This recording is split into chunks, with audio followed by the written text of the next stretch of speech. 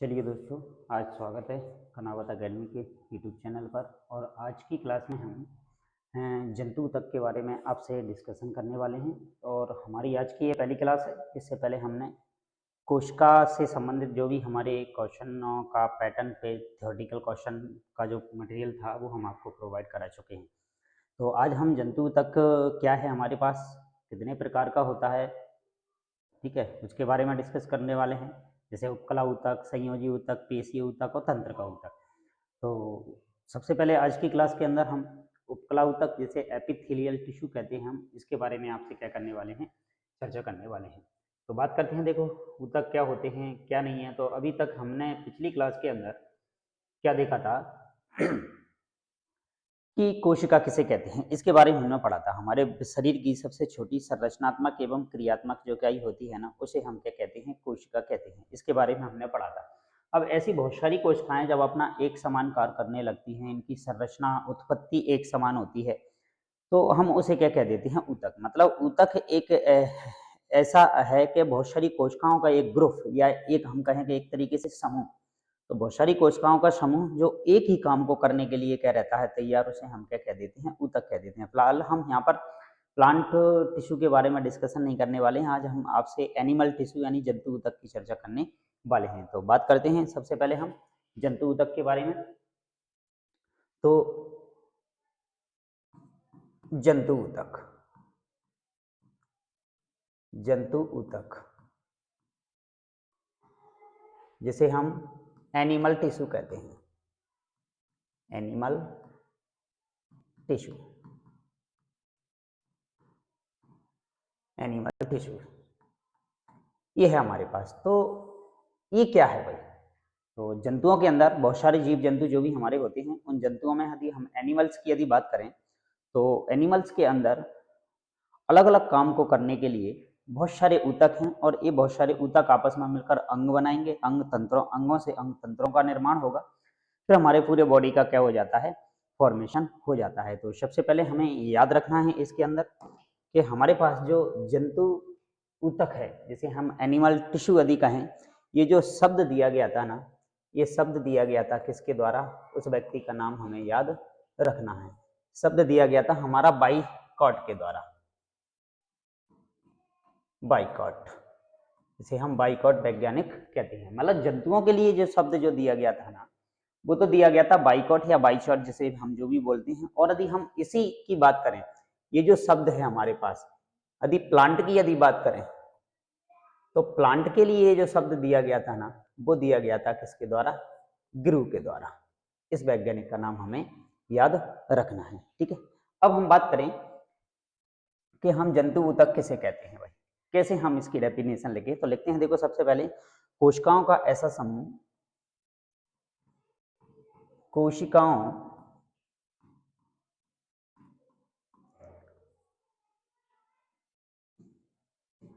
का ऐसा समूह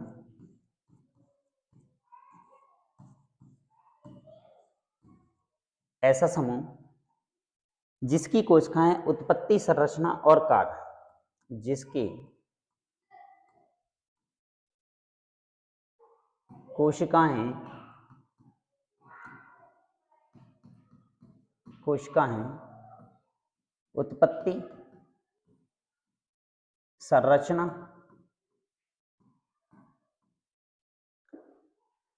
और कार्य और कार्य और कार्य में समान होती हैं, में समान होती हैं, समान होती हैं, उसे हम क्या कह देते हैं भाई, ऊतक कह देते हैं। ये हमारा ऊतक की क्या है, डेफिनेशन है। तो कोशिका को हमने बोला था कि कोशिका जीवन की संरचनात्मक एवं क्रियात्मक इकाई होती है। और इन्हीं बहुत सारी कोशिकाओं के मिलने से क्या बनता है, आपका ऊतक बनता है। दूसरी यदि पॉइंट की यदि हम बात करें, ऊतकों का जो अध्ययन है ना, उसे हम हिस्टोलॉजी कहते हैं, औतकी कहते हैं, जो शब्द दिया गया था मायर के द्वारा 1819 में। तो याद याद करके लिखते हैं हम इसको, study of tissue, study of tissue किसे बोला जाता है भाई, याद रखना है, study of tissue. Study of tissue बोला जाता है किसे? हिस्टोलॉजी को, हिस्टोलॉजी, जिसे हम औतकी कहते हैं, याद रखना है। औतकी, हिंदी में इसको औतकी बोला जाता है, औतकी। अब ये औतकी जो शब्द है ना, इसकी यदि बात करें तो ये शब्द मायर द्वारा दिया गया, मतलब ऊतकों के लिए जो शब्द है ना, ये शब्द दिया गया था किसके द्वारा? मायर के द्वारा। मायर शब्द किसके द्वारा दिया गया? मायर के द्वारा। और याद रखना है कब दिया गया हमें? 1819 में ये शब्द दिया गया था आपके लिए, ठीक है। मायर के द्वारा औतकी शब्द दिया गया था। दूसरी यदि बात करें तो हम बात आती है फिर हमारे पास कि हम फादर ऑफ हिस्टोलॉजी किसे बोला जाता है? तो फादर ऑफ हिस्टोलॉजी बोला जाता है बाइकॉट को, ठीक है, याद रखना है। फादर ऑफ हिस्टोलॉजी किसको बोला जाता है? बाइकॉट को। तो लिख लेते हैं हम इस लाइन को भी, father of histology, father of histology बोला जाता है किसको? बाइकॉट को, याद रखना है भाई, बाइकॉट, ठीक है। दूसरी यदि बात करें हम इसकी ऊतक की, तो दूसरे आ जाते हैं हमारे पास एक और वैज्ञानिक, इनके बारे में यदि बात की जाए तो ये जो हिस्टोलॉजी जो शाखा है, इसकी स्थापना जो की गई थी ना, वो मार्सेलो मेल्फिगी के द्वारा की गई थी। हिस्टोलॉजी की जो स्थापना है, इसकी यदि हम बात करें, और की जो हमने बोला है, इसको हमें याद रखना है कि मार्सेलो मेल्फिगी, मार्सेलो मेल्फिगी द्वारा इसकी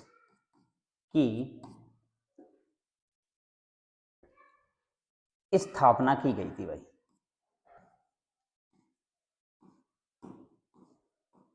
स्थापना मतलब इस शाखा को, जिसको हमने हिस्टोलॉजी बोला है, इस हिस्टोलॉजी ब्रांच को मार्सेलो द्वारा इसको हिस्टोलॉजी के बारे में डिटेल और भी अध्ययन के बारे में क्या किया गया? बताया गया था, ठीक है। ये बात हमें याद रखना है। दूसरी बात आ जाती है हमारे पास कि अब हमारे पास जो जंतु ऊतक है हमारे पास, ये कार के आधार पर इनको 4 भागों में बांटा गया है। मतलब उपकला ऊतक, संयोजी ऊतक और पेशीय ऊतक, और है हमारे पास क्या? तंत्र का ऊतक। तो बात करते हैं कार्य के आधार पर, लिखते हैं पॉइंट, कार्य के आधार पर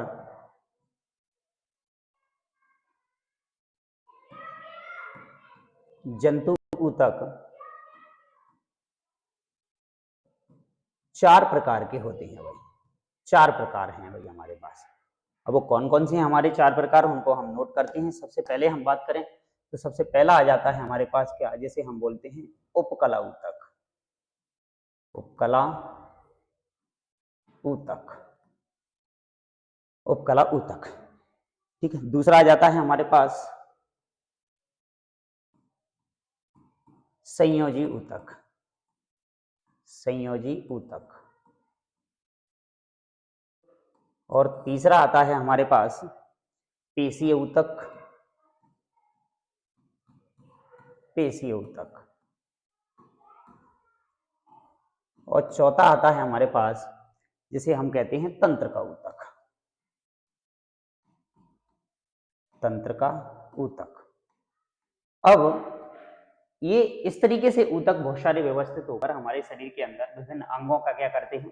निर्माण करते हैं। अब इनकी बात की जाए तो हमारे पास जो उपकला ऊतक है ना, ये हमारी बॉडी के अंदर जो बाहर का जो पार्ट है ना हमारा, जिसकी हम बात करें कि हमारा रक्षात्मक आवरण बनाने का काम करता है। उसी तरीके से संयोजी ऊतक की यदि बात की जाए तो हमारे शरीर के अंदर ये किसी भी भागों को जोड़ने का काम करेगा। पेशीय ऊतक हमारा मसल्स, जिसको हम बोलते हैं संकुचन और कॉन्ट्रेक्शन के द्वारा हमारे बॉडी के जो अंग है ना, उनमें गमन करने में क्या होगा? सहायक होगा। और तंत्र का ऊतक जो है ना हमारे पास, ये शरीर के विभिन्न आवेगों में परिवहन करने का क्या करेगा? काम करेगा। संवहन करने का क्या करेगा भाई? काम करेगा इसके अंदर। दूसरी हम बात करें, लेकिन है इसके बारे में हम कि हमारे पास जो उपकला ऊतक है, ये क्या करने वाला है भाई? रक्षात्मक आवरण बनाने वाला ऊतक इसको बोला जाता है, रक्षात्मक आवरण, आवरण बनाने वाला ऊतक बोला जाता है इसको। शरीर के जो भारी अंग है ना, उन पर एक कवरिंग बनाने का काम इसके द्वारा किया जाएगा। दूसरी हम बात करें संयोजी ऊतक के बारे में, तो संयोजी ऊतक जो है ना जी, हमारे अंगों को या जो भी संरचनाएं हमें दे रखी है ना, उनको जोड़ने का कार्य करता है। संरचनाओं को जोड़ने का कार्य इसके द्वारा किया जाता है। दूसरी हम बात करें इस पेशीय ऊतक की, तो ये पेशीय ऊतक संकुचन एवं गमन में सहायक होता है। संकुचन एवं गमन में सहायक। दूसरी हम बात करें किसकी, तंत्रिका ऊतक की, तो ये तंत्रिका ऊतक जो है ना हमारे शरीर में आवेगों का संवहन करता है। शरीर में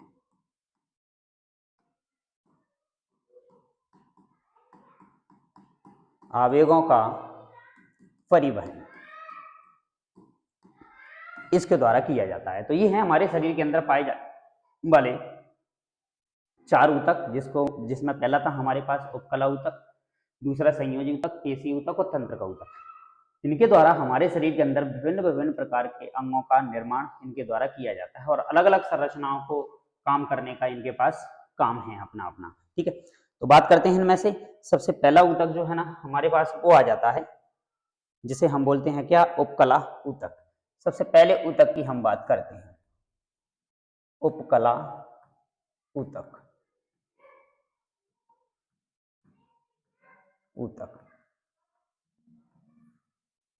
इसे हम एपिथेलियम टिश्यू कहते हैं। एपिथेलियम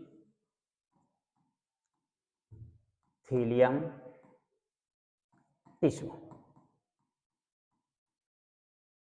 इसको एपिथेलियम टिश्यू बोला जाता है। ठीक है, अब इसके बारे में हम बात करते हैं जी, उपकला ऊतक हमारे शरीर के अंदर किस तरीके से काम कर रहा है। तो बात करते हैं देखो इसके बारे में। ये जो उपकला शब्द है जिसको हम एपिथेलियम बोल रहे हैं ना, ये जो शब्द है ना, ये शब्द दिया गया था, एक वैज्ञानिक है हमारे जिनका नाम है क्या, रश।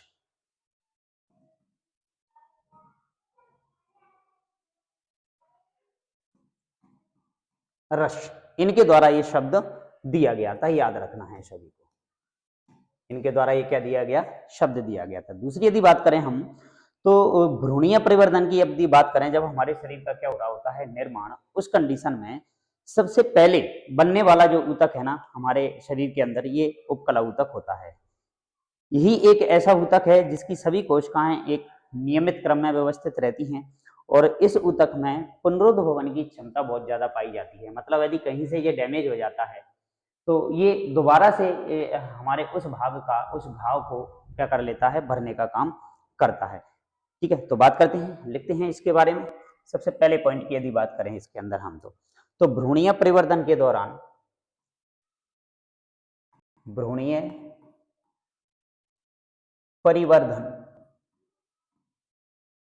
परिवर्धन के दौरान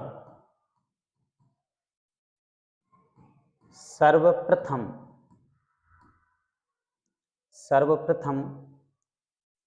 उत्पन्न होने वाला ऊतक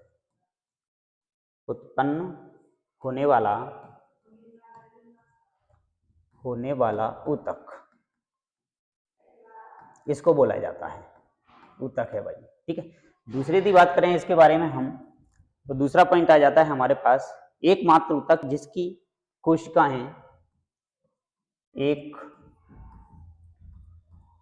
मात्र ऊतक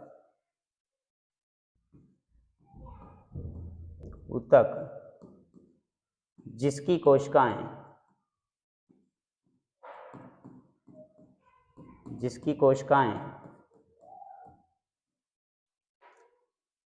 सदैव नियमित क्रम में व्यवस्थित होती हैं, सदैव नियमित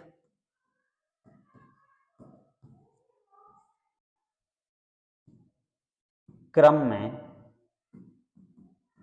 व्यवस्थित।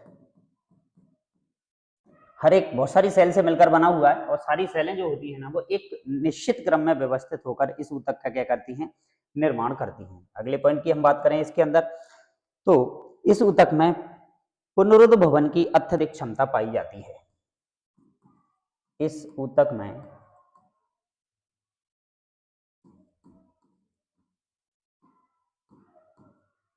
पुनरुद्ध भवन की क्षमता, पुनरुद्ध भवन की क्षमता अत्यधिक पाई जाती है, अत्यधिक पाई जाती है। ये बात हमें इसमें याद रखना है।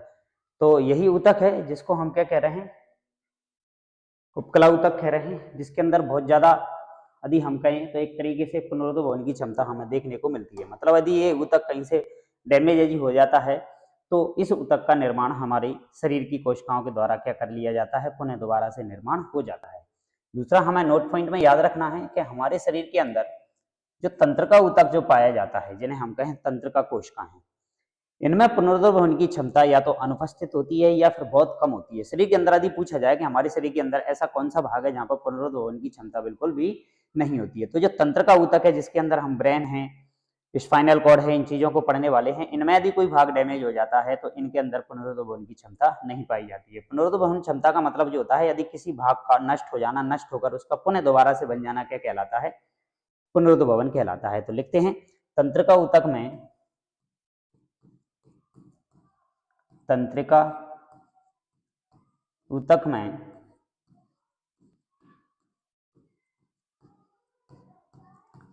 पुनरुद्ध भवन की क्षमता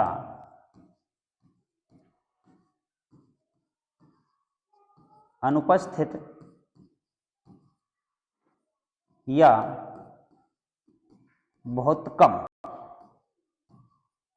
पाई जाती है, बहुत कम देखने को मिलती है। हमें पुनरुद्ध भवन की क्षमता तंत्रिका ऊतक के अंदर नहीं पाई जाती है। दूसरी यदि बात हमें इसके अंदर याद रखना है कि ये जो ऊतक है ना, उपकला ऊतक, हमारे शरीर के अंदर हमेशा वृद्धि करने वाला है किसके ऊपर, संयोजी ऊतक के ऊपर। मतलब यदि हम बात करें हमारे शरीर के अंदर सबसे बाहर की तरफ पाए जाने वाला जो ऊतक है ना, वो कौन सा है, हमारा उपकला ऊतक। मतलब उपकला मतलब एक ऐसा ऊतक है जो किसी अन्य ऊतक के ऊपर क्या करता है, वृद्धि करता है। तो इसके बारे में पॉइंट लिखते हैं कि यह ऊतक सदैव संयोजी ऊतक पर वृद्धि करता है।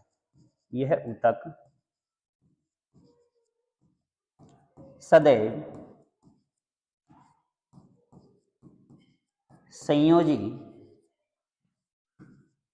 ऊतक पर वृद्धि करता है, वृद्धि करता है। ये बात हमें याद रखना है। दूसरा पॉइंट बनता है इसके अंदर कि ये जब दूसरे ऊतक के ऊपर वृद्धि कर रहा है तो इसके अंदर रक्त संचरण क्या होता है, अनुपस्थित होता है। इस खुद ऊतक के अंदर कोई ब्लड की सप्लाई नहीं पाई जाती है। तो लिखते हैं इस ऊतक में, इस ऊतक में रक्त संचरण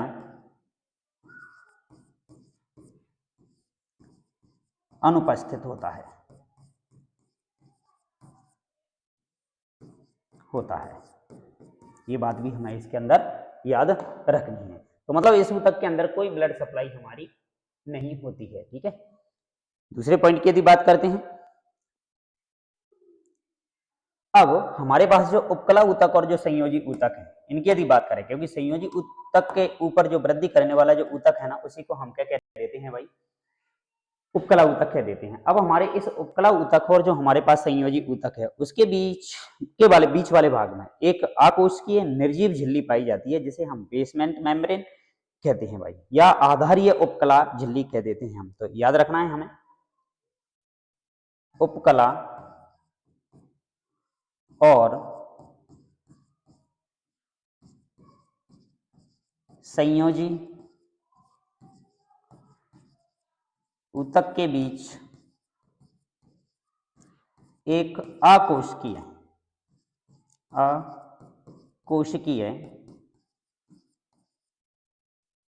और निर्जीव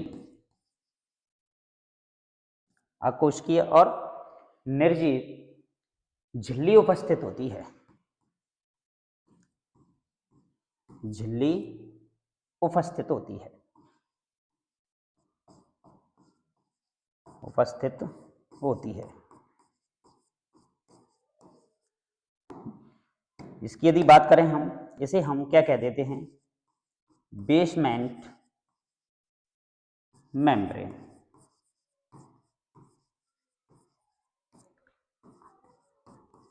आधारी कला झिल्ली जिसको बोला जाता है, ठीक है। ये आधार कला झिल्ली हमारे पास इन दोनों ही ऊतकों के बीच में पाई जाती है। यदि हम बात करें, इस झिल्ली का पाया जाना एक विशिष्ट लक्षण है किसका, इसी उपकला ऊतक का। तो बात करते हैं देखो इसके बारे में। बेसमेंट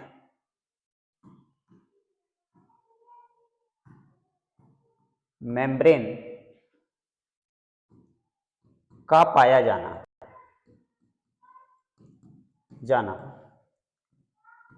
इस ऊतक का विशिष्ट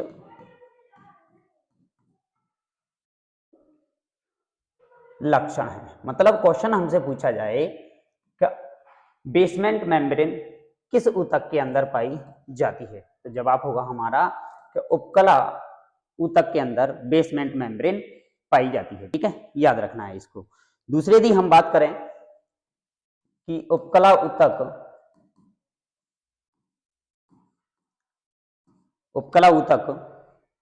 एकमात्र ऐसा ऊतक है,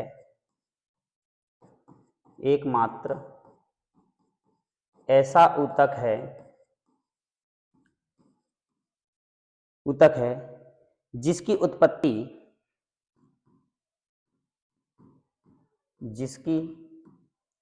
उत्पत्ति तीनों जनन स्तरों से होती है, तीनों जनन स्तरों से होती है। अब ये तीन जनन स्तर क्या है भाई हमारे पास, तो भ्रूणावस्था के दौरान हमारे शरीर के अंदर जिन भी संरचनाओं का क्या होना होता है, निर्माण, उनकी अलग अलग जनन स्तर हैं हमारे पास। तीन जनन स्तर हैं, जिसमें से एक को बोलते हैं एक्टोडर्म, दूसरे को बोलते हैं मीजोडर्म और एक होता है हमारे पास एंडोडर्म। तो उन जनन स्तरों की यदि बात की जाए तो तीनों जनन स्तरों से इसका क्या होता है, निर्माण होता है। याद रखना है तीनों को। एक्टोडर्म एक को तो बोला जाता है एक्टोडर्म, दूसरे को बोला जाता है मीजोडर्म और तीसरा होता है हमारे पास जिसे हम बोलते हैं एंडोडर्म। एंडोडर्म। तो ये तीन जनन स्तर हैं हमारे पास। इन तीनों ही जनन स्तरों से निर्माण होना होता है किसका, इसी उपकला ऊतक का। तो इसके बारे में हमें याद रखना है कि तीनों जनन स्तरों से उत्पन्न होने वाले ऊतक का क्या बताइए, नाम बताइए। तो वो है हमारे पास क्या, उपकला ऊतक। दूसरी यदि हम इसकी बात करें तो इस तरीके से इस ऊतक की व्यवस्था होती है। देखो हमारे पास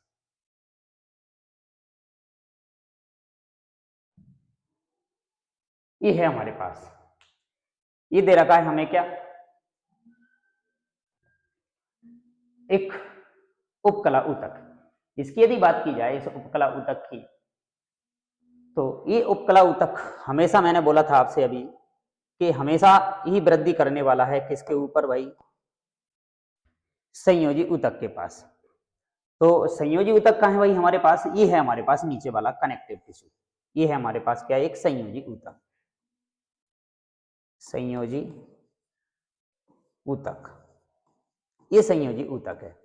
और ये है हमारे पास क्या, एपिथेलियम टिश्यू, जिसे हम बोलते हैं क्या, उपकला ऊतक, उपकला ऊतक, उपकला ऊतक। ये हमारे पास उपकला ऊतक कहलाता है, ठीक है। अब इसकी बात की जाए तो ये संयोजी ऊतक वाला पार्ट हो गया हमारे पास। और संयोजी ऊतक और इसके बीच में हमें देखने को मिलता है क्या, एक बेसमेंट मेम्ब्रेन। ये हमारी पूरी की पूरी क्या कहलाती है भाई, बेसमेंट मेम्ब्रेन कहलाती है, यहां से यहां तक। इसे हम बोल देते हैं क्या, बेसमेंट मेम्ब्रेन। बेसमेंट मेम्ब्रेन, इसे हम बेसमेंट मेम्ब्रेन कह देते हैं, जो कि उपकला ऊतक के जस्ट नीचे वाला भाग और संयोजी ऊतक के ऊपर वाला भाग, मतलब इन दोनों ऊतकों के बीच में क्या पाई जाती है, हमारे पास ये झिल्ली पाई जाती है। अब इस झिल्ली को भी हमने दो भागों में बांटा है। एक को तो हम बोल रहे हैं का इसकी बेजल सरफेस, ठीक है, और बेजल सरफेस के अंदर यदि हम बात करें तो ये बेजल सरफेस हमारी जो है ना, इसी झिल्ली के दो भाग हैं हमारे पास। तो जो उपकला ऊतक वाली झिल्ली है ना, उसे तो हम बोल देते हैं इसका बेजल सरफेस, और उस बेजल सरफेस की तरफ वाली जो झिल्ली है ना, उसे हम बोल देते हैं क्या, बेजल लेमिना। और जो संयोजी ऊतक की तरफ वाली जो झिल्ली है ना, उसे हम बोल देते हैं रेटिकुलर लेमिना। याद रखना है, ये किधर पाई जाएगी भाई, हमारे पास संयोजी ऊतक की तरफ, संयोजी ऊतक की तरफ पाई जाने वाला, मतलब एक झिल्ली के दो लेयर हैं हमारे पास, ठीक है। और जो उपकला ऊतक की तरफ होगा, उपकला की तरफ, उसे हम बोलेंगे क्या, बेजल लेमिना। ये हमारा बेजल लेमिना कहलाता है। मतलब इसकी यदि बात की जाए तो देखो, संयोजी ऊतक के अंदर हम बात करें तो इसके अंदर ब्लड वेसल्स पाई जाती है, जिसके अंदर मतलब ब्लड की सप्लाई है, जो कि ब्लड इनको देगा और इससे इनको भोजन क्या मिलेगा। और इस झिल्ली के अंदर यदि हम बात करें तो ये संयोजी जो ऊतक है ना, उसके अंदर ये कोलेजन फाइबर्स, रेटिकुलर फाइबर इसके अंदर हमें देखने को मिलते हैं, इसके अंदर ये धसे रहते हैं। बाकी का यदि हम बात करें, इसकी जो कोशिका है ना उपकला ऊतक की, ये कोशिका है, इनके अंदर हमें देखने को मिलती है एपिथेलियल सेल है, एपिकल सरफेस होती है जो सबसे बाहर वाली, और ये बड़े आपस में एक दूसरे से क्या रहती है, जुड़ी हुई रहती है, टाइट जंक्शन बनाती हैं। तो इस तरीके से इस उपकला ऊतक के अंदर हमें कुछ सेल जंक्शन, मतलब बहुत सारी कोशिकाएं जब आपस में एक दूसरे से मिलती हैं, तब जाके हमारे किसी अंग का निर्माण होगा, यानी ऊतक का निर्माण होगा। और इस तरीके से बहुत सारे ऊतक मिलकर क्या करेंगे, अंगों का निर्माण करेंगे। जैसे कि इसके अंदर टाइट जंक्शन का फॉर्मेशन होना है, डेस्मोसोम्स भी एक जंक्शन है, इसके अंदर प्रोटीन चैनल्स वगैरह जो है हमारे पास, इनका भी निर्माण इसके अंदर होना है। तो वो सारी प्रोसेस इनके अंदर देखने को हमें मिलने वाली है, ठीक है। तो हम पढ़ रहे थे, देखो उपकला ऊतक एकमात्र ऐसा ऊतक है जिसकी उत्पत्ति तीनों जनन स्तरों से होती है। जिन जनन स्तरों के नाम हमें याद रखना है, क्या क्या है हमारे पास, सबसे पहला तो था एक्टोडर्म, दूसरा था मीजोडर्म और तीसरा था हमारे पास एंडोडर्म। तो तीनों ही जनन स्तरों से उस ऊतक की क्या होती है, उत्पत्ति होती है। दूसरी यदि हम बात करें इसके बारे में, तो दूसरा पॉइंट हमारे पास बनता है अब काय के बारे में, इस आधार कला के बारे में, आधार कला, जिसे हम बेसमेंट मेम्ब्रेन बोल रहे हैं, बेसमेंट मेम्ब्रेन। इस बेसमेंट मेम्ब्रेन की हम चर्चा करते हैं, जो अभी हमने डायग्राम के अंदर देखा था। देखते हैं इसके बारे में। सबसे पहले हमें याद रखना है, तो जो बेसमेंट मेम्ब्रेन ये है ना, ये दो परतों से मिलकर बनी होती है, याद रखना है, दो परतों से बनी संरचना है हमारी, बनी होती है, जिसकी पहली यदि अपन परत की बात करें तो पहली परत को हम बोलते हैं क्या, basal lamina, basal lamina, lamina इसको बोला जाता है। इसके बारे में यदि अपन बात करें तो इसके बारे में पॉइंट बनता है हमारे पास, सबसे पहला क्या, यह पहली बात तो किसकी तरफ होगी, उपकला ऊतक की तरफ। तो उपकला की तरफ पाई जाने वाली ये झिल्ली होगी हमारे पास। दूसरी यदि हम बात करें इसकी, ये ग्लाइकोप्रोटीन की बनी होती है,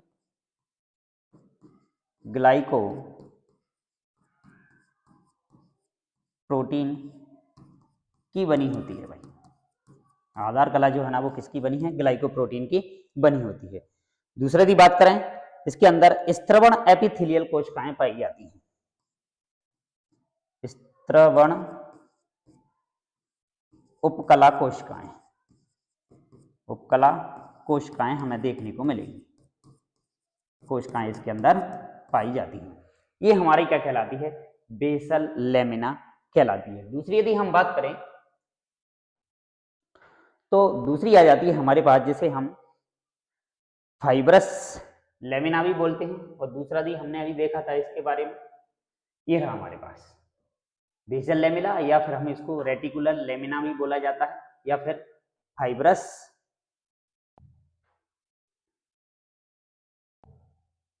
लेमिना भी इसको बोला जाता है। तो दूसरे की बात करते हैं हम।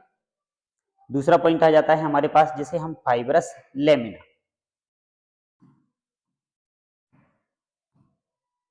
Fibrous lamina, fibrous lamina. इसकी यदि बात करें हम तो ये जो झिल्ली है, ये वाला भाग जो है ना झिल्ली का, ये होता है किसकी तरफ उपस्थित? संयोजी ऊतक की तरफ। संयोजी ऊतक की तरफ वाला भाग हमारा क्या कहलाता है? फाइब्रस लेमिना कहलाता है। दूसरे की बात करें, इसी के अंदर हमारे पास जो कोलेजन तंतु हैं और जो रेटिकुलर तंतु है ना, वो इसके अंदर पाए जाते हैं। तो याद रखना है, कोलेजन तंतु व रेटिकुलर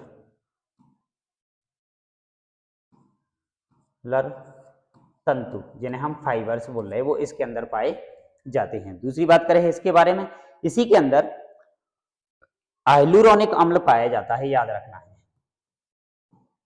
हाइलुरोनिक अम्ल इसके अंदर हमें देखने को मिलता है। तो ये थी हमारी बेसमेंट मेम्ब्रेन, जिसके दो पार्ट थे हमारे, बेसल लेमिना और फाइब्रस लेमिना। दूसरी यदि हम बात करें इसके बारे में कि हमारे पास जो बेसमेंट मेम्ब्रेन है, यानी हम कहें आधारीय कला जो झिल्ली है हमारे पास, बेसमेंट मेम्ब्रेन, बेसमेंट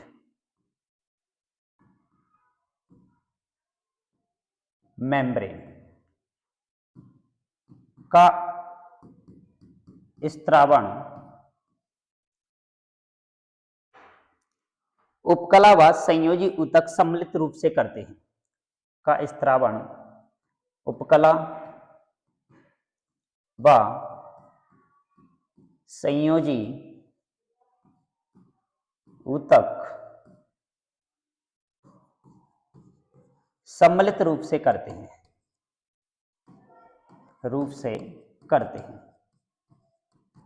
मतलब यदि हम बात करें इस आधारी कला के बारे में, तो इसका जो निर्माण होता है ना, वो उपकला ऊतक से भी होता है और हमारा संयोजी ऊतक से भी होता है। दोनों के मिलने से हमारी इस बेसमेंट मेम्ब्रेन का क्या होता है? निर्माण होता है। अब आ जाता है हमारे पास क्या अगला पॉइंट, जिसे हम कहते हैं क्या, अब इस ऊतक के अंदर अंतर कोशिकीय संधि पाई जाती है, जिन्हें हम सेल जंक्शन कहते हैं, ठीक है, या प्रोटीन चैनल्स जिनको बोला जाता है। तो अंतर कोशिकीय संधि, इनके बारे में हम आपसे डिस्कस करते हैं। अंतर कोशिकीय संधि, जिन्हें हम सेल जंक्शन बोलते हैं, सेल जंक्शन, सेल जंक्शन। अब क्या होने वाला है भाई कोशिका के अंदर? अब ये होने वाला है कि एक कोशिका से दूसरी कोशिका के अंदर पदार्थों का आवागमन होने वाला है। तो एक कोशिका से दूसरी कोशिका के अंदर जब पदार्थ पहुंचेंगे तो सबसे पहले हमें मिलने वाली है क्या? ये झिल्ली। अब इनसे होकर पदार्थ जब किस पदार्थ को कोशिका के अंदर जाना है, किस पदार्थ को कोशिका के अंदर नहीं जाना है, तो इसके लिए कुछ प्रोटीन के बने हुए सेल जंक्शन पाए जाते हैं। ये काय के बने हुए हैं भाई? प्रोटीन के बने, प्रोटीन के बने सेल जंक्शन पाए जाते हैं, जिनसे पदार्थों का क्या होता है भाई? आवागमन होता है। देखो इसके बारे में हम बात करते हैं, इस तरीके से हमें दे रखे हैं, ये कुछ जंक्शन हमें देखने को मिलते हैं। जैसे बात करते हैं, देखो सबसे पहले हम कि ये जंक्शन है प्रोटीन के अंदर। जब एक झिल्ली को यदि हम इस तरीके से देखा जाए, कोशिका को देखा जाए, तो कोशिका से कोशिका के अंदर हमें अलग अलग जंक्शन देखने को मिलते हैं। जैसे कि हमारे पास सबसे पहले दे रखा है क्या?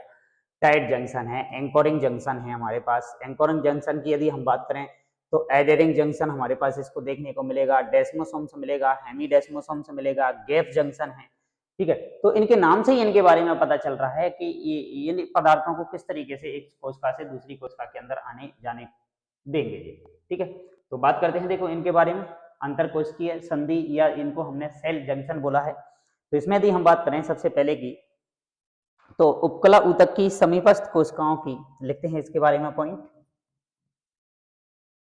उपकला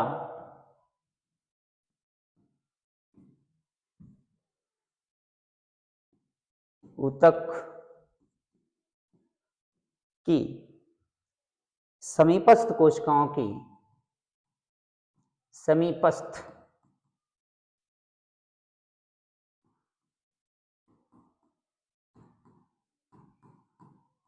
कोशिकाओं की कोशिका झिल्लियां, कोशिका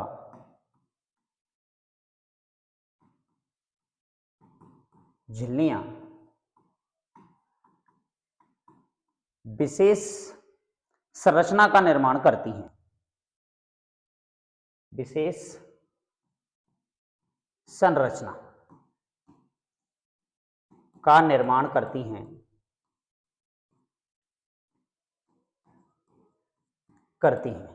जिन्हें हम क्या कह देते हैं, सेल जंक्शन बोल देते हैं। ठीक है, अब इन सेल जंक्शन की यदि बात की जाए तो इसके अंदर सबसे पहला हमारे पास सेल जो जंक्शन है ना, उसकी हम बात करते हैं। सबसे पहला हमें दे रखा है जिसको हम बोलते हैं क्या, इंटरडिजिटेशन। इंटरडिजिटेशन। अब इस इंटरडिजिटेशन के अंदर क्या होता है भाई, एक ऐसा जंक्शन है, प्रोटीन का बना हुआ जंक्शन है हमारे पास। इसमें क्या होता है, ये अंगुलियों के समान प्रवर्ध होते हैं, लिखना है इसके बारे में पॉइंट हमें। ये अंगुली नुमा प्रवर्ध होते हैं हमें, जो कि इसके अंदर देखने को मिलते हैं। ठीक है, प्रवर्ध होते हैं। दूसरी यदि हम बात करें इनके बारे में,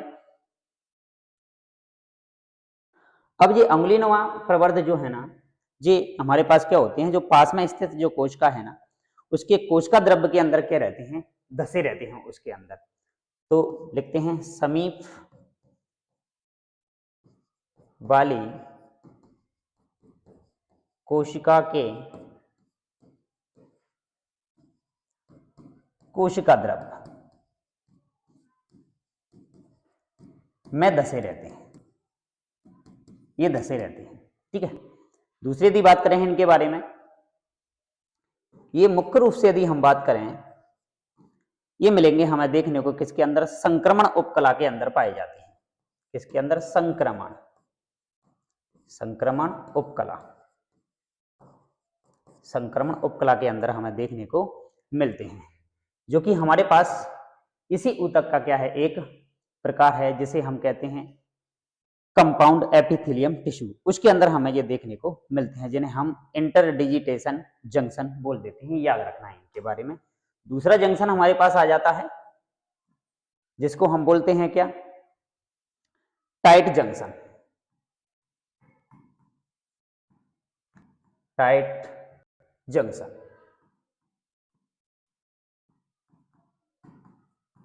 अब इस टाइट जंक्शन की यदि बात की जाए तो ये टाइट जंक्शन का काम क्या है भाई, देखो नाम से ही पता चल रहा है, ये बड़े दृढ़ मजबूत रूप से जुड़े रहते हैं। और ये क्या करते हैं भाई, पदार्थों को एक कोशिका से दूसरी कोशिका के बाहर जाने से क्या करते हैं, रोकते हैं। मतलब एक तरीके से देखा जाए ना तो ये लीकेज को या रिसाव को क्या करते हैं, रोकते हैं। मतलब कुछ स्थानों पर क्या होती हैं, कोशिका झिल्लियां जो होती है ना, वो एक दूसरे से बिल्कुल क्या हो जाती हैं, ज्वाइंट हो जाती हैं, अटैच हो जाती हैं, और वहां से ये पदार्थों को का आवागमन को क्या कर देती हैं, रोक देती हैं। तो टाइटली जुड़े रहती हैं, यहाँ पर कोशिका झिल्लियां बिल्कुल आपस में जुड़ जाती हैं, तो वहां पर ये टाइट जंक्शन इसके अंदर पाए जाती हैं। तो यहाँ लिख सकते हैं हम, यह संधि पदार्थों को, यह संधि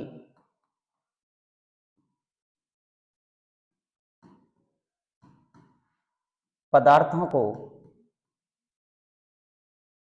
ऊतक से बाहर निकलने से रोकती है, ऊतक से बाहर निकलने से रोकती है, ये इसका काम है। ठीक है ना। दूसरी यदि बात करें इसके बारे में, कुछ स्थानों पर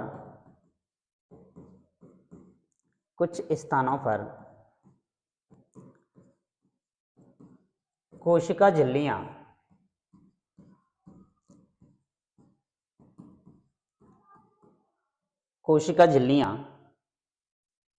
एक दूसरे से संयुक्त हो जाती हैं, एक दूसरे से संयुक्त हो जाती हैं, दृढ़ रूप से, मजबूती रूप से जुड़ जाती हैं। उन्हें हम क्या कह देते हैं? टाइट जंक्शन कह देते हैं। और इनकी यदि हम बात करें, ये हमें देखने को मिलेंगी स्तंभी उपकला में, स्तंभी उपकला में पाए जाते हैं। ये जंक्शन हमें स्तंभी उपकला के अंदर देखने को मिलेंगे। यदि हम बात करें इनके बारे में, ये टाइट जंक्शन जो है ना, वो मेन रूप से लीकिंग जो होने वाली, हमारा जो रिसाव होने वाला है, उसको रोकने का इनके द्वारा काम किया जाता है। रिसाव को रोकना, ये इनका मेन काम है, जिन्हें हम बोल देते हैं क्या? कोशिका के अंदर टाइट जंक्शन। दूसरी यदि हम बात करें, इसके अलावा हमारा अगला आ जाता है, जिसे हम कह देते हैं तीसरे को gap junction. Gap junction, gap junction तो नाम से ही इसके से पता चल रहा है कि भाई इसके अंदर गैप पाया जाएगा, और ये ऐसे ही संरचनाएं होंगी जहां से पदार्थों का आवागमन होगा, ट्रांसफर होगा पदार्थ। एक कोशिका के कोशिका द्रव से कुछ आयंस होंगे हमारे, चाहे वो छोटे अणुओं के रूप में या बड़े अणुओं के रूप में, उनका स्थानांतरण यहाँ से होने वाला है। तो इसके बारे में हम लिखते हैं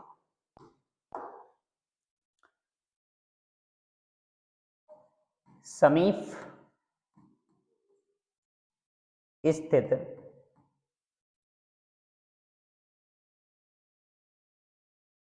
स्थित सेल से, यानी कोशिका से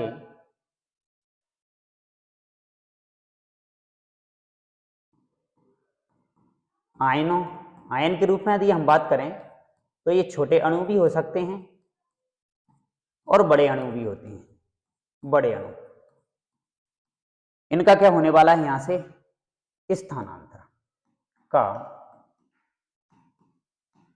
स्थानांतरण इसी गैप जंक्शन से होता है कि भाई कोशिका के अंदर कार्बोहाइड्रेट है, प्रोटीन है, इनके अणु अंदर भी जाना है और इससे क्या आना है? बाहर भी आना है। वो इनके द्वारा काम किया जाता है। बात करें मेन रूप से, मुक्त ही हमें देखने को मिलेगा काय के अंदर? त्वचा कोशिकाओं में, त्वचा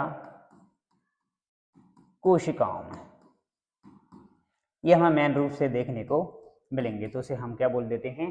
गैप जंक्शन बोल दिया जाता है। क्लियर?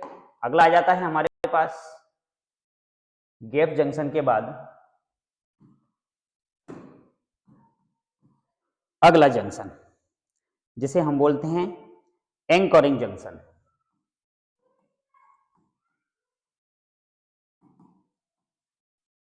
एंकरिंग जंक्शन, अब ये एंकरिंग जंक्शन जो है ना, ये हमारे पास तीन तरीके का देखने को मिलता है। जिसमें हम पहले की बात करें, यदि हमारे पास पहला जो जंक्शन है ना, वो इसी का ही एक प्रकार है हमारे पास देखा जाए तो, जिसे हम बोलते हैं क्या? Adhering junction. Adhering junction, adhering junction. इसकी यदि बात की जाए एडरिंग जंक्शन के अंदर, तो इसके अंदर यदि हम बात करें, तो इसके अंदर ऐसी प्रोटीन की कुछ संरचनाएं पाई जाती हैं जो एक कोशिका को दूसरी कोशिका से जोड़ने का काम करती हैं। जिस तरीके से सीमेंट एक ईंट से दूसरी ईंट को जोड़ने का काम करती है, तो उसी तरीके से एडरिंग जंक्शन के अंदर जो पदार्थ हैं हमारे, एक सीमेंट की तरह क्या करते हैं? कार्य करते हैं। तो इसके अंदर अपन लिख सकते हैं एक पॉइंट को कि एक कोशिका से दूसरी कोशिका, एक कोशिका से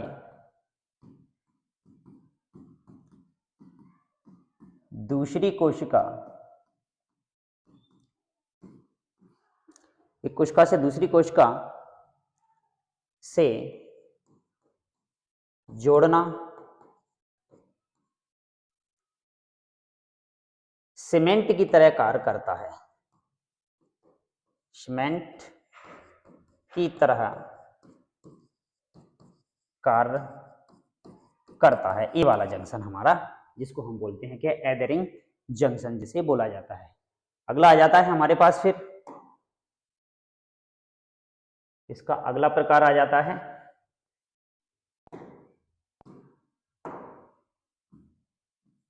जिसे हम बोलते हैं डेस्मोसोम्स।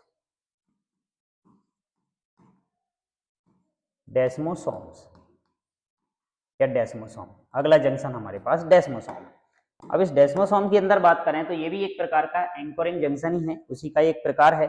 तो कुछ स्थानों पर हमारी जो कोशिका झिल्ली होती है ना, वो मोटी हो जाती है और बटन के समान कुछ संरचनाएं बना लेती है। उसे हम क्या कह देते हैं?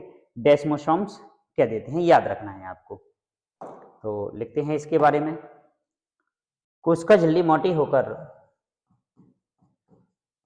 कोशिका झिल्ली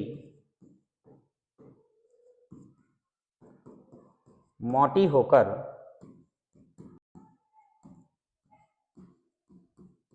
बटन के समान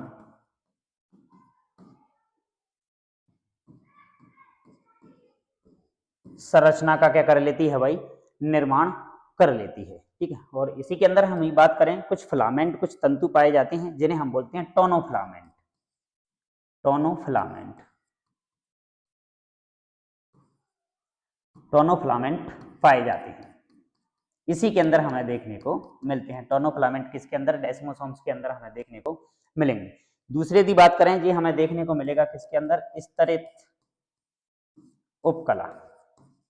स्तरित उपकला के अंदर हमें ये देखने को मिलेंगे। क्लियर बात? और अगला हमारे पास आ जाता है इसी का एक तीसरा टाइप, जिसे हम बोल देते हैं क्या? हेमीडेस्मोसोम्स। हेमीडेस्मोसोम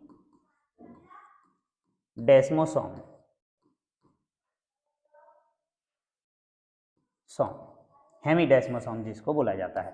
तो ये क्या है? देखो, हेमीडेस्मोसोम्स जैसे बटन लाइक स्ट्रक्चर जो थे ना, उनके आधे, एक तरीके से आधा भाग जो है ना, वो क्या कहलाता है भाई? हेमीडेस्मोसोम्स कहलाता है। तो इनकी यदि बात करें हम, तो ये हमें देखने को मिलने वाले हैं क्या? एक कोशिका और जो दूसरी कोशिका का जो मैट्रिक्स है, जिसके अंदर लिक्विड मटेरियल, जो सेमी लिक्विड मटेरियल भरा हुआ है, उसके बीच में एक कनेक्शन बन जाता है। ठीक है ना? तो लिखते हैं सेल व मैट्रिक्स के बीच का कनेक्शन, इसके बीच का जो कनेक्शन हमारे पास बनने वाला है, कनेक्शन, यहां से जाके जो हेमीडेस्मोसोम्स के रूप में क्या करेगी भाई? पदार्थों का परिवहन करने वाली है। तो ये थे हमारे अंदर कोशिका के अंदर क्या जंक्शन हमारे कहलाते हैं, जिन्हें हम सेल जंक्शन बोल देते हैं। आगे बात आ जाती है फिर हमारे पास, अब जो हमारे पास जो उपकला ऊतक है, इसके प्रकार दे रखे हैं, इसका वर्गीकरण हमें दे रखा है। ठीक है, उपकला ऊतक का वर्गीकरण तो लिखते हैं उपकला ऊतक का वर्गीकरण। इसकी बात करते हैं हम उपकला ऊतक के बारे में, जी कि अलग अलग प्रकार का हमें देखने को मिलता है। ठीक है, तो मेन रूप से यदि हम बात करें, इसके हमारे पास दो प्रकार हैं। पहले प्रकार की यदि हम बात करें, तो पहला प्रकार है हमारा इसका, जिसे हम बोलते हैं क्या? सरल उपकला। सरल उपकला, सरल उपकला, जिसे हम बोलते हैं क्या? Simple epithelium. सिंपल एपिथेलियम जिसको बोला जाता है। दूसरे यदि हम प्रकार की बात करें, इसका दूसरा प्रकार कहलाता है इसका क्या? संयुक्त उपकला। संयुक्त उपकला, ये इसका दूसरा भाग कहलाता है, संयुक्त उपकला, जिसे बोला जाता है क्या? Compound epithelium.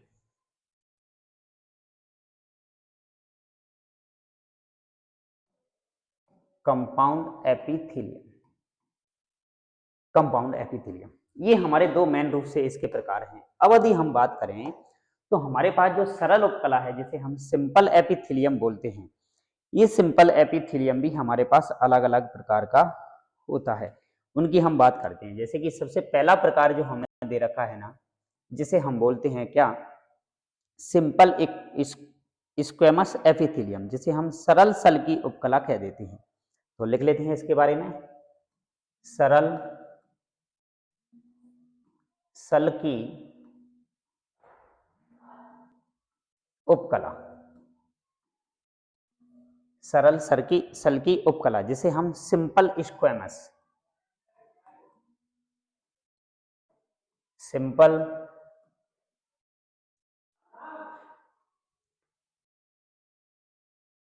स्क्वेमस एपिथेलियम जिसको बोला जाता है। दूसरे यदि प्रकार की हम बात करें इसका, तो दूसरा प्रकार हमारा कहलाता है इसका क्या, सरल घनाकार उपकला, सरल घनाकार उपकला। दूसरा टाइप इसका आ जाता है हमारे पास क्या, सरल घनाकार उपकला। जिसकी हम बात करें तो ये हमारा कहलाता है, जिसको बोला जाता है क्या, simple cuboidal, simple cuboidal epithelium. तीसरा टाइप हमारे पास इसी का आ जाता है। तो दो टाइप तो हमारे हो गए क्या, सरल सल की उपकला, दूसरा हो गया हमारे पास सरल घनाकार उपकला, और तीसरा हमारे पास बनता है जिसको हम बोलते हैं सरल स्तंभाकार, सरल स्तंभाकार, जिसको बोला जाता है सिंपल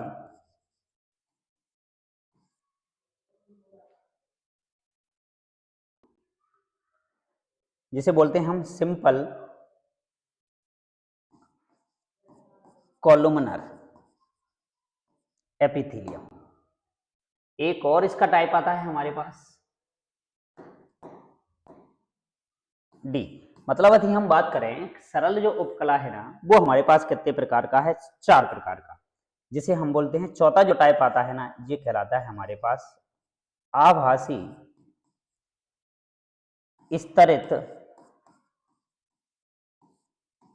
उपकला, आभासी स्तरित उपकला बोलते हैं। तो इस तरीके से हमारे पास जो सरल उपकला उदक है ना, जिसके हमारे पास कितने हो गए, 4 टाइप हो गए, और एक संयुक्त उपकला है जिसके भी हमारे पास क्या होते हैं, अलग अलग क्या होते हैं, टाइप होते हैं। तो जिसको इंग्लिश में बोला जाता है स्तरित उपकला को, आवासीय उपकला को सूडो स्ट्रेटिफाइड,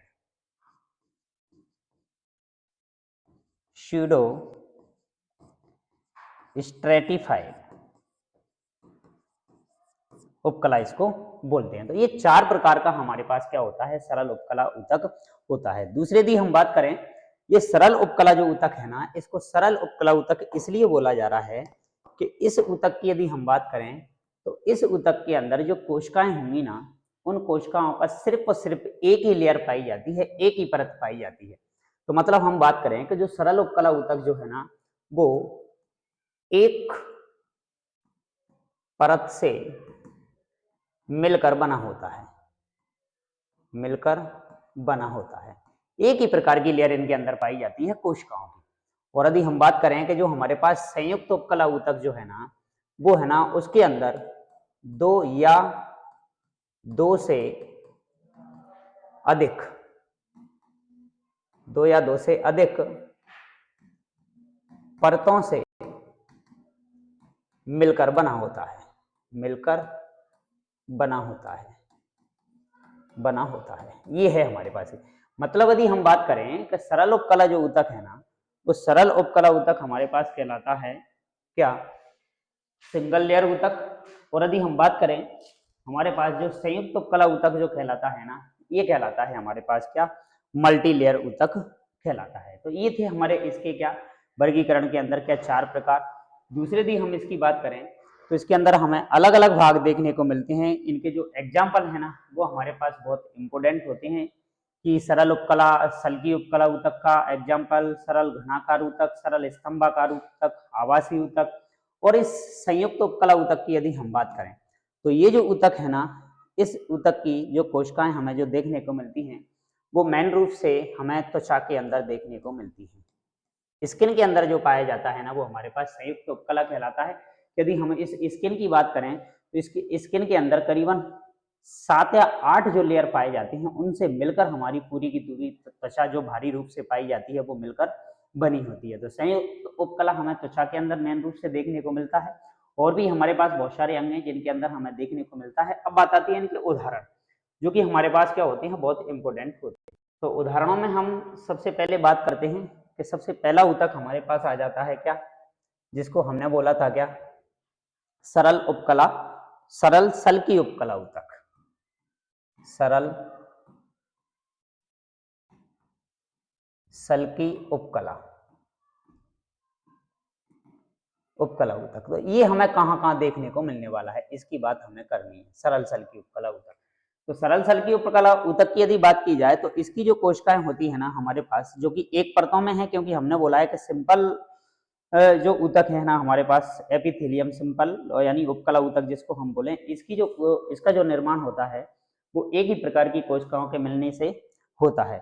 और एक कोशिकाएं जो होती है ना एक ही परत के रूप में क्या होती हैं, इकट्ठी रहती हैं। मतलब सल्की इसको इसलिए बोला है क्योंकि इसके अंदर क्या सल्के के समान कुछ संरचनाएं, चपटी कोशिकाएं देखने को मिलती हैं हमें, काय के अंदर, सरल सल्की उपकला के अंदर।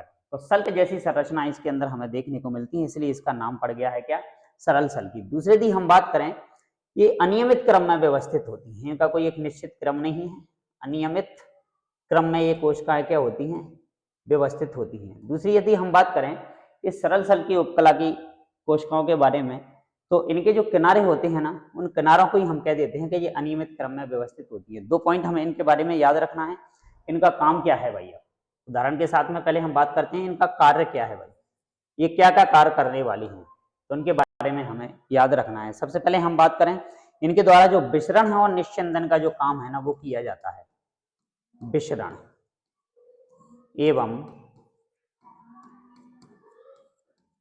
निश्चंद, इसका काम इनके द्वारा किया जाता है। उदाहरण के लिए हमें याद रखना है कि हमारे पास जैसे कि बोमन कैप्सूल जो है ना, जो हमारा नेफ्रॉन वाला जो भाग है, उसका जो बोमन कैप्सूल वाला भाग है हमारे पास, जिसे हम कहते हैं बोमन कैप्सूल, बोमन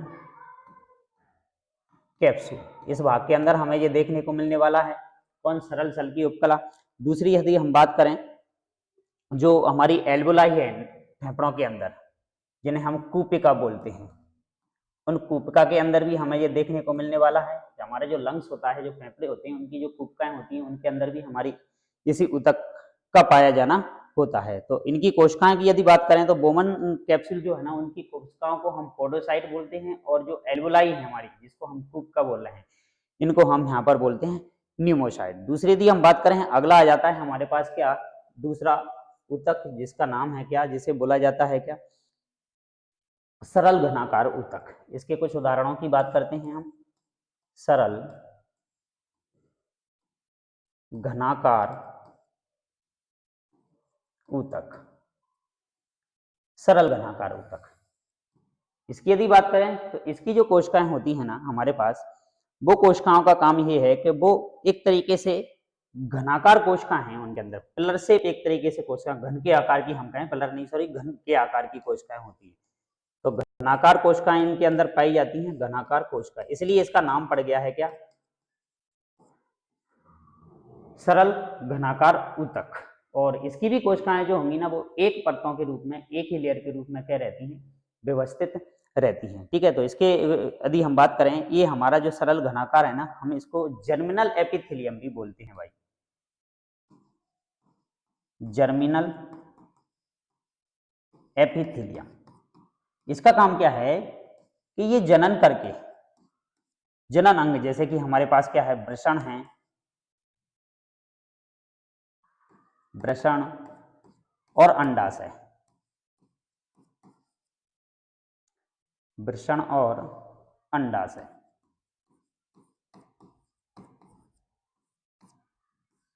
इनका क्या करता है भाई, निर्माण करता है। इसलिए सरल घनाकार ऊतक को हम क्या कह देते हैं, जर्मिनल एपिथेलियम या ऊतक के नाम से भी जानते हैं। इसका भी काम क्या है, देखो अवशोषण कार्य की यदि इसके की बात करें कि ये क्या क्या काम करने वाला है, तो देखो अवशोषण, पदार्थों को क्या करना, अवशोषित करना, उत्सर्जन करना, अवशोषण, उत्सर्जन,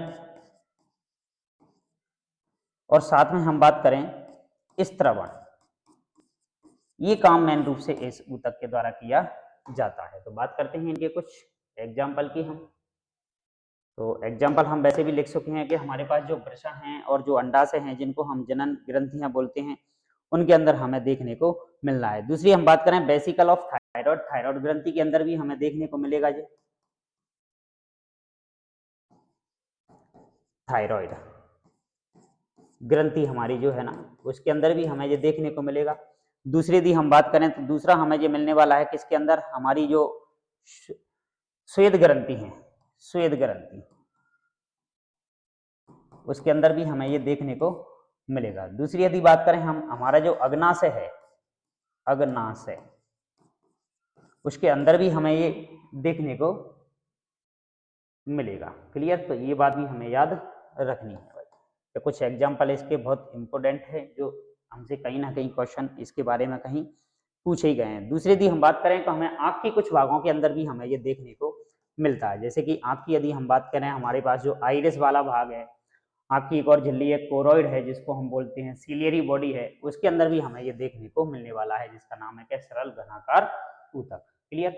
तीसरा आ जाता है अब हमारे पास जिसको हम बोलते हैं क्या, सरल स्तंभाकार ऊतक, सरल स्तंभाकार ऊतक। अब इसको सरल स्तंभाकार ऊतक को सरल स्तंभाकार ऊतक क्यों बोला गया है, क्योंकि इसकी जो कोशिकाएं है ना, ये फिलर शेप होती है, फिलर शेप, लंबी लंबी कोशिकाएं होती हैं, फिलर शेप होती हैं, इसलिए इसका नाम पड़ गया क्या, स्तंभ। फिलर मतलब क्या होता है, हमारा स्तंभ होता है, इसलिए इसका नाम पड़ गया कि हमारे पास स्तंभाकार ऊतक। दूसरी यदि साथ में बात करें तो एग्जाम्पल हमें इसके याद रखने हैं कि कहाँ कहाँ मिलने वाला है हमें ये ऊतक। इसकी यदि बात करें तो हमारी जो पित्त वाहिनी है, पित्त वाहिनी,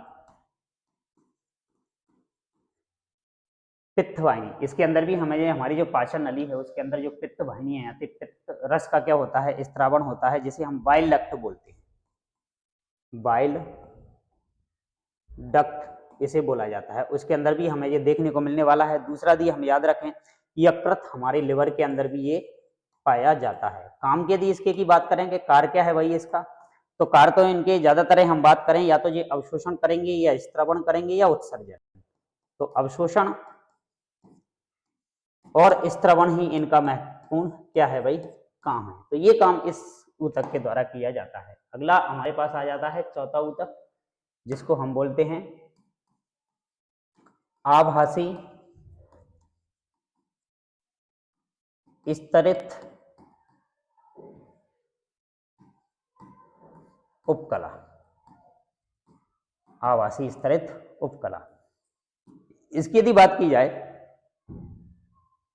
तो इसकी कोशिकाएं भी कैसी होती हैं भाई, स्तंभ के आकार की होती हैं,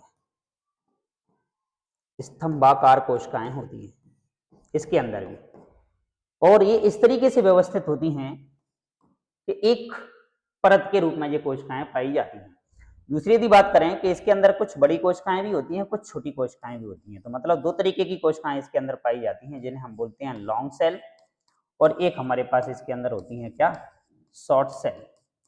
दो तरीके की, कुछ छोटी कोशिकाएं कुछ बड़ी कोशिकाएं। तो इस तरीके से देखने में लगता है ये कोशिकाओं का एक तरीके से एक परत लेयर बन गई है छोटी और बड़ी कोशिकाओं की, और स्तंभाकार होती हैं। तो इसको हम आवासी स्तरित उपकला कह देते हैं। वैसे है प्रकार ये किसी का स्तंभाकार ऊतक का ही, लेकिन थोड़ा सा इसके अंदर पाया जाता है। यदि इसकी हम बात करें तो हमारी जो श्वास नली वाला जो भाग है हमारी, तो उसके अंदर हमें ये देखने को मिलेगा, श्वास नली वाले भाग में, वहां हमें सबसे ज्यादा इस आवासी स्तरित उपकला ऊतक को देखने को मिलता है। तो ये था उदाहरण हमारे किसके, उपकला ऊतक के। और इस तरीके से हमारे पास जो उपकला ऊतक वाला जो पोर्शन था आज की क्लास के अंदर, वो क्या हो जाता है हमारा कंप्लीट। और आगे आने वाली क्लास के अंदर हम फिर संयोजी ऊतक जो हमारे पास इसका अगला ऊतक है ना, उसके बारे में स्टडी करेंगे। तो अभी तक हमारे पास एक ही ऊतक की क्या हुई है स्टडी। इस तरीके से चारों ऊतकों को हम 1 बाय 1 क्या करने वाले हैं, स्टडी करने वाले हैं, जो कि आपके लिए रेलवे एग्जाम और जो भी आगे जहां साइंस का पोर्शन बहुत इंपॉर्टेंट मटेरियल जो रहने वाला है, उसके लिए आपके लिए बहुत अच्छे से थ्योरेटिकल क्वेश्चन का जो पैटर्न आपका बनने वाला है वो बहुत जबरदस्त रहने वाला है। तो मिलते हैं आपसे अगली क्लास के अंदर जहां हम संयोजी ऊतक को आपसे डिस्कस करने वाले हैं। तब तक के लिए बहुत बहुत धन्यवाद।